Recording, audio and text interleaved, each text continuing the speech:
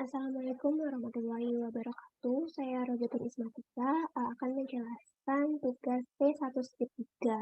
Jadi di sini itu Par Corporation menerbitkan saham dengan nilai par 10 dan juga dengan harga pasar 60 untuk mengakuisisi Sun Corporation. Nah, ini fund juga membayar 40.000 untuk registering and issuing securities, kemudian 60.000 untuk other cost of combination.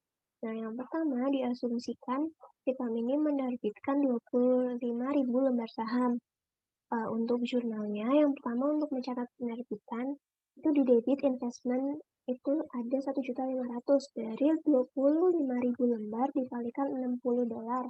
Yang merupakan harga pasarnya. Kemudian dikreditkan capital stock senilai 250.000 ini menggunakan nilai parnya. Dan selisih keduanya ini 1.250.000 merupakan additional paid-in capital di kredit.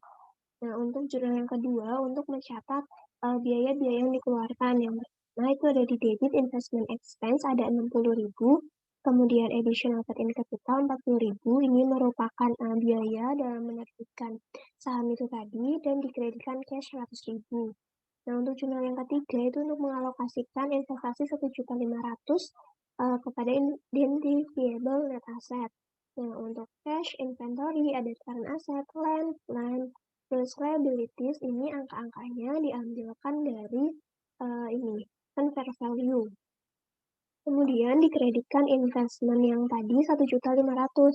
Selisih dari investasi dengan net aset itu menjadi goodwill 360. Ini untuk perhitungan goodwill-nya. Kemudian yang kedua itu untuk membuat balance sheet. Ini cash, inventory, ada fund dan lain-lain. Ini sebenarnya gabungan antara yang tadinya punya Palm Corporation digabung dengan fair value yang ada di Sun. Nah, ini untuk cash, ini pengurangan 100 karena tadi ada biaya. Kemudian nih goodwill yang ada tadi. Jadi total asetnya itu 3.500.000. Kemudian liabilities juga sama, ini punya Palm dan ini tadi tambahan dari Sun. Terus capital stock ini melalui penerbitan saham. Kemudian ini juga tadi karena selisih penerbitan saham, 40.000 ini biaya penerbitan saham dan 60.000 ini merupakan investment expense yang tadi itu. Jadi ditutup ke return admin, jadi mengurangi. Jadi total liabilities and equity-nya itu ada 3.500.000. Nah, untuk yang kedua ini sebenarnya sama, cuma dia hanya menerbitkan 15.000 lembar saham. Untuk perhitungannya sama, investment insan jadinya ada 900, capital stock ada 150, dan di kredit juga additional paid-in capital selisihnya 750. Untuk biayanya ini masih sama seperti yang tadi. Kemudian yang ketiga untuk mengalokasikan investasi senilai 900.000 ke asetnya. Ini cash inventory ya dari current asset, land, plan, liabilities ini sama diambilkan dari fair value yang ada di Sun Corporation. Kemudian investasinya, investment instannya ini juga dikredit 900.000. Nah, selisihnya menjadi gain from bargain purchase. Nah, ini menjadi gain from bargain purchase karena nilai investasinya ini lebih kecil dari net asset yang ada.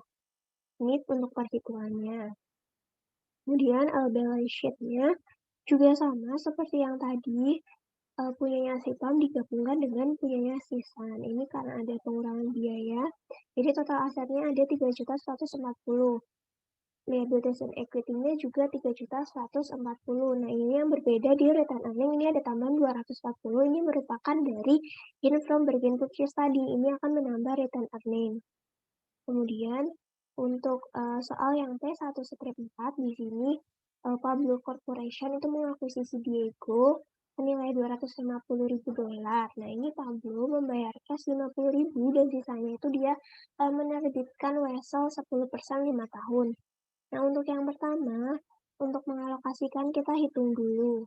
Investment cost-nya kan tadi 250, kemudian book value accurate-nya ini 100% karena ini diakuisisi semua dari nilai bukunya 300.000. Jadi 300.000 selisih dari 300 dan 250 ini 50.000 menjadi bargain purchase karena nilai investasinya lebih kecil dari asetnya.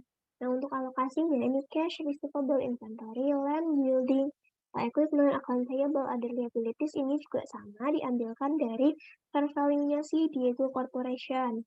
Nah, kemudian dikurangi gain on bergain purchase 50, jadi totalnya 250 senilai dengan investment cost-nya. Nah, untuk balance sheet-nya, sama seperti yang tadi, gabungan antara public corporation dan legal corporation. Nah, di sini 50.000 ini merupakan tadi ya, karena dia mengakuisisi dengan membayar kas 50.000. Jadi total asetnya ada 925.